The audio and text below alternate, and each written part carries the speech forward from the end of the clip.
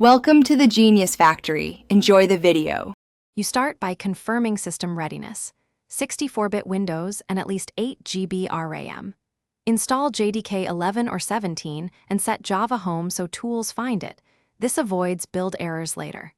Next, run the Android Studio installer you downloaded and choose the standard components. It will fetch the Android SDK and emulator images.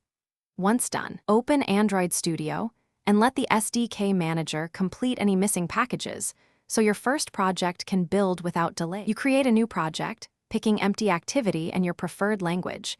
This gives a minimal working structure. Then open SDK Manager and install the API level you plan to target, plus platform tools and build tools. Make sure emulator system images match.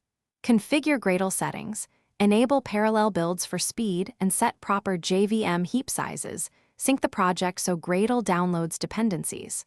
Once synced, run a quick build to confirm toolchain integrity and dependency resolution. You launch an AVD or connect a physical device with USB debugging enabled. Choose the device and hit run. Use the debug configuration to set breakpoints and inspect variables. Step through code when logic fails. If builds fail or app crashes, check Logcat and the Gradle console for precise errors, then clean/rebuild or invalidate caches and restart Android Studio. If emulator is slow, reduce RAM or switch graphics to software rendering to get stable performance. Thanks for watching. If you found this helpful, don't forget to like and subscribe.